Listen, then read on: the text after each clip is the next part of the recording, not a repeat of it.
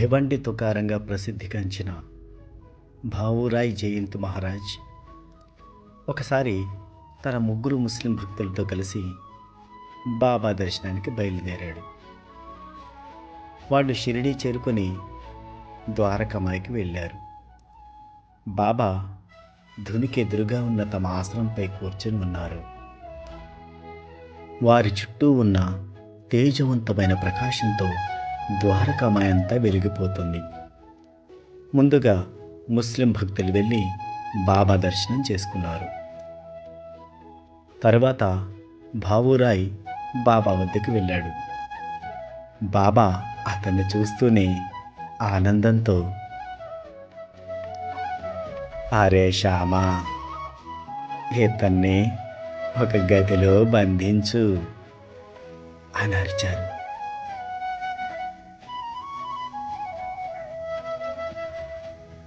ఆ మాట వింటూనే భావురాయ్ కాస్త కలవరపడ్డాడు. బాబా ఉద్దేశం ఏమిటో అర్థం చేసుకున్న శ్యామ అతన్ని సాఠేవాడకు తీసుకెళ్ళి ఒక గదిలో పెట్టి తాళం వేశాడు. అక్కడున్న భక్తులు ఎంతో జాగ్రత్తగా అతని అవసరాలన్నీ చూసుకోసాగారు. స్నానానికి వేడి నీళ్ళిచ్చి వేడి వేడి టీ కూడా అతనికి ఇచ్చారు.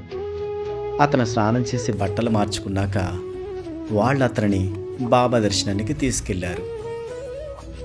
అయితే ఎక్కడా ఎక్కువ సమయం ఉండని భావురాయ్ తిరిగి వెళ్ళడానికి ఆతృతగా ఉన్నాడు.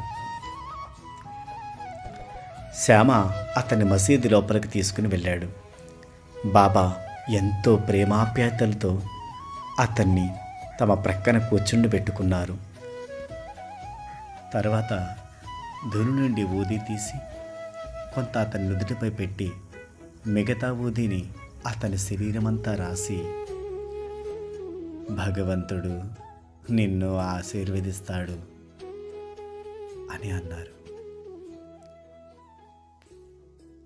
తర్వాత బాబా కొన్ని నిమిషాల పాటు భావురాయ్ కళ్ళలోకి తదేకంగా చూస్తూ తమ దైవిక శక్తిని అతనిలోకి ప్రసరింపజేశారు.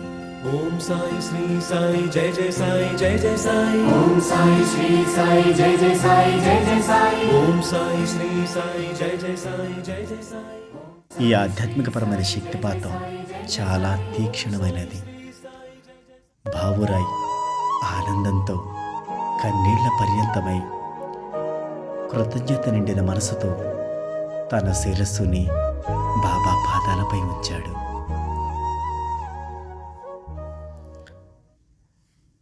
బాబా ఎంతో ప్రసన్నంగా అతని వైపు తట్టి, షిరిడీలో కొంతకాలం ఉండు అని చెప్పారు. కానీ అతను తనతో వచ్చిన ముస్లిం భక్తులతో తిరిగి వెళ్ళాలని కోరుకున్నాడు. అప్పుడు బాబా అయిష్టంగానే అతనికి తిరిగి వెళ్ళడానికి అనుమతించారు.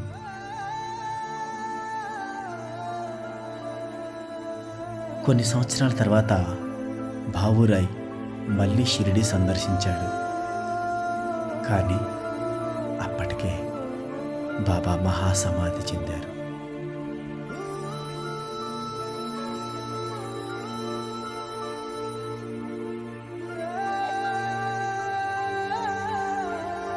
దీన్ని బట్టి మనం గ్రహించవలసింది ఏంటంటే, గురువు మాటల్ని ఎప్పుడూ అలక్ష్యం చేయకూడదు. అంటే లక్ష్య పెట్టకుండా ఉండకూడదు. ఎందుకంటే ఒకసారి గురువు ఇచ్చిన అవకాశాన్ని వదులుకుంటే తిరిగి ఎప్పటికీ రాదు. మరి భావురాయిని బాబా ఆ రోజు కొంతకాలం ఉండమని అన్నారు. కానీ అతను తనతో వచ్చిన వాళ్ళతో వెళ్ళాలని ఆ సద్గురువు దగ్గర గడిపే అవకాశాన్ని వదులుకున్నాడు. ఇదే విధంగా ఉపాసిని బాబా కూడా బాబా కొంతకాలం ఉండమని చెప్తారు, 4 సంవత్సరాలు ఉండమని చెప్తారు. కానీ ఉపాసిని బాబా 3.5 సంవత్సరాల నుండి ఆ తదుపరి వెళ్ళిపోతారు.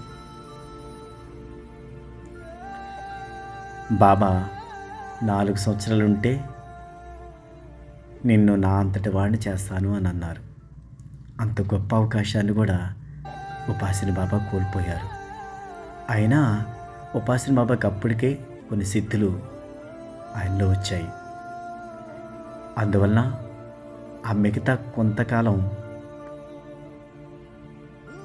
ఉండలేక అక్కడి నుంచి సాకోరి వెళ్ళడం అనేది జరిగింది. కాబట్టి గురువు మాటల్ని ఎప్పుడు కూడా నిర్లక్ష్యం చేయకూడదు. మన మరణ గుర్తుపెట్టుకోవాల్సిన అంశం ఏంటంటే, ఒకసారి గురువు ఇచ్చిన అవకాశాన్ని వదులుకుంటే తిరిగి ఎప్పటికీ రాదు.